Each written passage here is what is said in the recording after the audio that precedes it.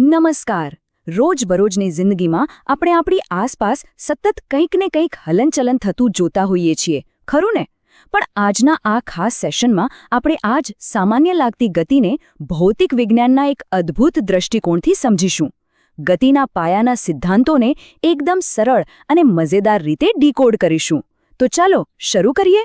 શરૂઆત જ એક બહુ જ રસપ્રદ સવાલથી કરીએ. શું આપણી આસપાસ દેખાતી આ દિવાલો કે પછી બહાર ઊભેલા મોટા વૃક્ષો ખરેખર એકદમ સ્થિર છે? આપણને કદાચ તરત હા કહેવાનું મન થાય, પણ આપણે જરા અલગ રીતે વિચારીએ.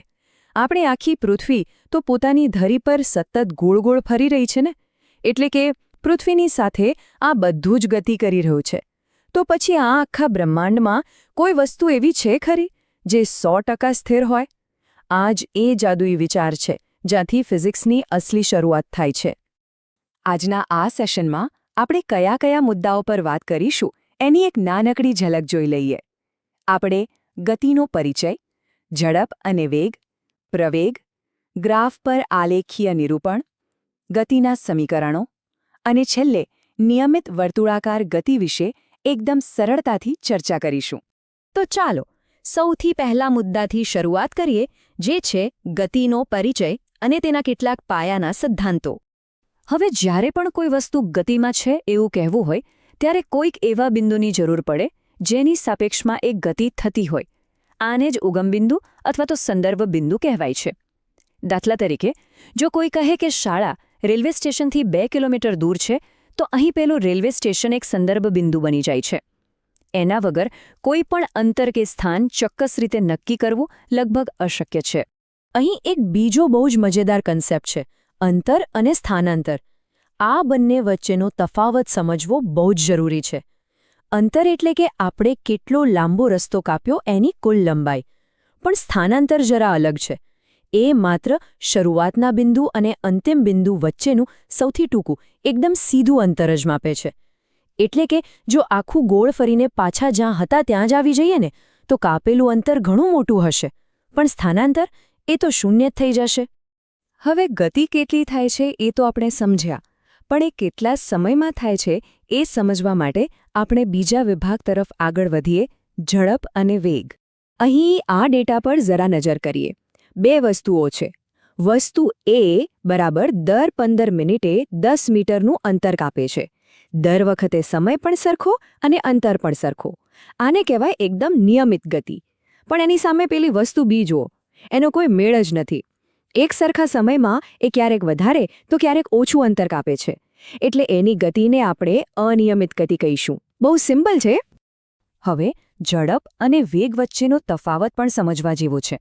ઝડપ ખાલી એટલું જ કહે છે કે કોઈ વસ્તુ કેટલી ફાસ્ટ જઈ રહી છે. બસ આંકડો મળી ગયો. પણ ફિઝિક્સમાં એટલું પૂરતું નથી. જ્યારે આપણે એ ઝડપની સાથે સાથે દિશા પણ જોડી દઈએ, એટલે કે કઈ તરફ ગતિ થઈ રહી છે એ પણ નક્કી કરીએ, ત્યારે એ ઝડપ વેગ બની જાય છે. ગતિનું આખું પિક્ચર ક્લિયર કરવા માટે આ વેગ બહુ જ અગત્યનો રોલ પ્લે કરે છે. અને એ ઝડપની વાત થતી જ હોય તો પછી ચરમસીમાની વાત કેમ ન થાય? આપણે જરા કલ્પના કરીએ. પ્રકાશની ઝડપ કેટલી હશે? એ છે આશરે 30 કરોડ મીટર પ્રતિ સેકન્ડ. આ આંકડો ખરેખર મગજ ભમાવી દેવો છે. અને આ જ કારણ છે કે ચોમાસામાં જ્યારે વીજળી પડે ને, ત્યારે એનો ઝબકારો તરત જ દેખાઈ જાય છે. પણ પેલા ગડગડાટનો અવાજ આપણા કાન સુધી પહોંચવામાં થોડીક સેકન્ડો લગાવી દે છે. હવે જ્યારે વેગ એક સરખો ન રહે, ત્યારે શું થાય એ સમજવા માટે ચાલો આપણા ત્રીજા મુદ્દા પર જઈએ, જે છે પ્રવેગ. પ્રવેગ એટલે સાવ સીધી ભાષામાં કહીએ તો વેગમાં ફેરફાર થવાની સ્પીડ. જેમ કે સિગ્નલ લીલું થાય અને સાયકલને પેડલ મારીએ એટલે સાયકલની સ્પીડ અચાનક વધવા માંડે. બસ આ જ પ્રવેગ છે. અને એનાથી ઉલટું, જ્યારે બ્રેક મારીને કોઈ વાહન ધીમું પાડીએ તો એને પ્રતિપ્રવેગ અથવા તો નકારાત્મક પ્રવેગ કહેવાય. છે ને એકદમ રોજિંદા જીવનની જ વાત? હવે આ બધી વાતો સાંભળવામાં તો સારી લાગે, પણ જો એને ચિત્રમાં જોવી હોય તો? એના માટે આપણે ચોથા વિભાગમાં આલેખીય નિરૂપણ એટલે કે ગ્રાફની દુનિયામાં પ્રવેશ કરીએ. જો કોઈ વસ્તુ એકદમ ફિક્સ, એક સમાન ઝડપે ચાલી રહી હોય અને એને ગ્રાફ પર દોરવામાં આવે, તો આપણને એકદમ સીધી અને ત્રાસી રેખા મળે છે. આ સીધી રેખા જાણે સામેથી જ કહી રહી છે કે ગતિમાં ગજબની નિયમિતતા છે. હવે આ સીધી રેખાવાળા ગ્રાફની બાજુમાં જ જરા પેલો અનિયમિત ગતિવાળો ગ્રાફ મૂકીને જોઈએ. તફાવત તરત આંખે વળગે એવો છે. નિયમિત ગતિની લાઇન એકદમ સીધી છે, જ્યારે બીજી લાઇન ધીમે ધીમે ઉપરની તરફ વળાંક લઈ રહી છે. આ વળાંક એ દર્શાવે છે કે અહીં પ્રવેગ કામ કરી રહ્યો છે અને સમયની સાથે કપાતું અંતર ઝડપથી વધી રહ્યું છે. ગ્રાફ પરથી આપણે આગળ વધીએ અને ગણિતના થોડા જાદુઈ સમીકરણો તરફ જઈએ. આપણો 5મો વિભાગ છે ગતિના સમીકરણો.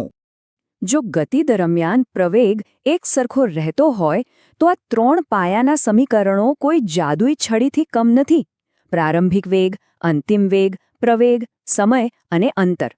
આ બધા વચ્ચેનો સંબંધ આ સમીકરણોમાં છુપાયેલો છે. આનો ઉપયોગ કરીને કોઈપણ ગતિમાન વસ્તુનું ભવિષ્ય ભાંખી શકાય છે કે થોડા સમય પછી એ ક્યાં પહોંચશે અને એની સ્પીડ કેટલી હશે. અત્યાર સુધી આપણે સીધી રેખામાં થતી ગતિની વાતો કરી, પણ હવે સમય છે કંઈક નવું જોવાનો. આપણો છેલ્લો અને છઠ્ઠો વિભાગ છે નિયમિત વર્તુળાકાર ગતિ. આપણે મનમાં એક ચિત્ર બનાવીએ. એક ખેલાડી મેદાનમાં પહેલા એક લંબચોરસ ટ્રેક પર દોડે છે અને પછી ષટકોણ ટ્રેક પર દોડે છે. અહીં નોંધવા જેવી વાત એ છે કે ટ્રેકનો જ્યાં પણ ખૂણો આવે ત્યાં એણે પોતાની દિશા ફરજિયાત બદલવી જ પડે છે. હવે જેમ જેમ આ ટ્રેકના ખૂણાઓ અથવા બાજુઓની સંખ્યા આપણે વધારતા જઈએ, ષટકોણમાંથી અષ્ટકોણ અને એમ કરતાં કરતાં જો બાજુઓ અનંત થઈ જાય તો એ ટ્રેક આખે આખું ગોળ એટલે કે વર્તુળાકાર બની જાય છે. આનો સીધો અર્થ એ થયો કે વર્તુળાકાર પથ પર દોડતો ખેલાડી ડગલે ને પગલે અને દરેક મિલિસેકન્ડે પોતાની દિશા બદલી રહ્યો છે અને દિશા સતત બદલાતી હોવાથી તેની ગતિ હંમેશા પ્રવેગિત જ રહે છે. આ જ કન્સેપ્ટનું એક બહુ જ જબરદસ્ત ઉદાહરણ જોઈએ. ઓલિમ્પિક્સમાં પહેલા ગોળા ફેંકના ખેલાડીઓને તો આપણે જોયા જ હશે. ભારે ગોળાને હવામાં ફેંકતા પહેલાં તેઓ એકદમ સ્પીડમાં એને ગોળ ગોળ ઘુમાવે છે.